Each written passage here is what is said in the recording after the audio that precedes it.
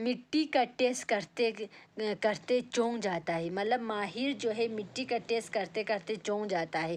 ماہر کہتا ہے ارے نہیں جوان لڑکا، کیا بات ہے سر، آپ اتنے گھبرا کیوں گئے؟ ماہر کہتا ہے سرپنچ سے، سرپنچ صاحب آپ کے کھیت بیمار ہو گئے ہیں۔ لوگ زور زور سے ہنستے ہیں۔ ماہر کہتا ہے ہاں ہاں، اس مٹی کو ایک خطرناک بیماری لگ گئی ہے۔ جوان لڑکا حیران ہو کر کہتا ہے خطرناک بیماری، وہ کیسے؟ ماہر کہتا ہے پولیتھین سے، پولیتھین لفافوں سے۔ دیکھیے بنا سوچے سمجھے پولیتھین کو کھیتوں میں ڈالنے سے یہی ہوتا ہے، یہ خطرناک شے زمین کے اندر رہ کر آس پاس کی مٹی کو بھی زہریلا بنا دیتی ہے۔ لڑکا کہتا ہے مگر پولیتھین تو مٹی کے اندر سڑ جاتا ہے۔ اب ماہر کہتا ہے نہیں بالکل نہیں، سائنسدانوں کا کہنا ہے کہ پولیتھین لفافہ 300 سال تک بھی گل یا سٹ نہیں سکتا، اور ہاں پولیتھین کو جلانے سے جو دھواں خارج ہوتا ہے اس سے انسانوں میں بھی کینسر جیسی مہلک بیماری لاحق ہو سکتی ہے۔ لوگ غور سے ماہر کی باتیں سننے لگتے ہیں۔ ماہر کہتا ہے پولیتھین انسانوں کے ساتھ مویشیوں اور آبی جانوروں، مویشی مطلب جانوروں اور آبی جانوروں مطلب پانی کی جانوروں، پانی میں جو جانور ہیں یہ پانی جانوروں کے لیے بھی جان لیوا ثابت ہو رہا ہے۔ ایک آدمی کہتا ہے مگر وہ کیسے؟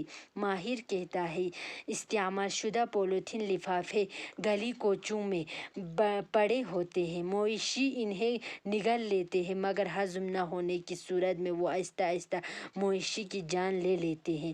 اسی طرح آبی جانور بھی دھوکے میں آ کر اس زہریلی شے کو نگل لیتے ہیں جو ان کی موت کا باعث بنتا ہے۔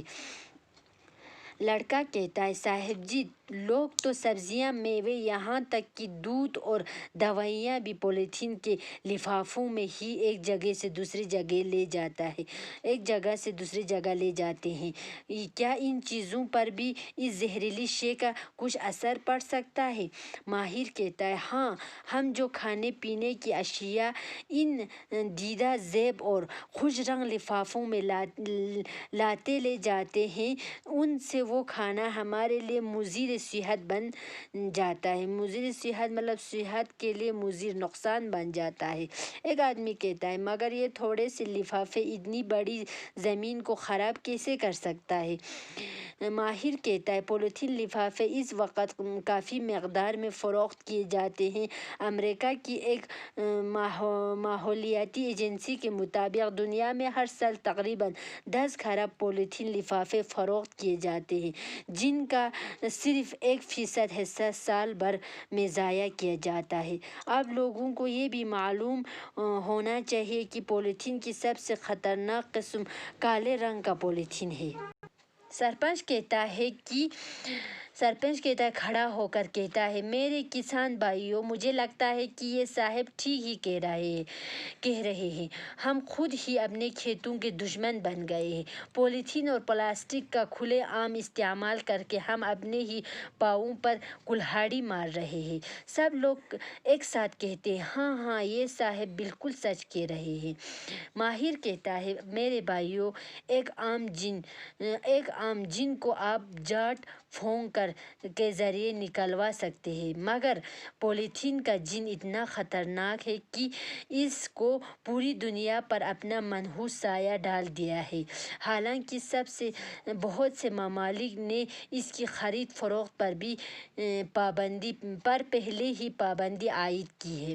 سرپنچ کہتا ہے آپ جو کہیں گے ہم کرنے کو تیار ہیں، ہمیں صرف یہ بتائیے کہ ہم پولیتھین کی بلا سے کیسے چھٹکارا پا سکیں۔ ماہر کہتا ہے اب لوگوں کو متحد ہو کر پولیتھین کے خلاف آواز اٹھانی چاہیے۔ سرکار کو اس بات پر مجبور کرنا ہے کہ اس زہریلی شے پر عائد پابندی کو سختی سے عمل لایا جائے۔ جوان لڑکا کھڑا ہو کر کہتا ہے آواز دو۔ سب لوگ کہتا ہے ایک ساتھ ہم ایک ہیں۔ جوان لڑکا کہتا ہے پولیتھین جن کو۔ سب لوگ کہتا ہے ختم کرو، ختم کرو۔ لوگ جلوسوں کی صورت میں نکل جاتے ہیں اور اسٹیج کا پردہ گر جاتا ہے۔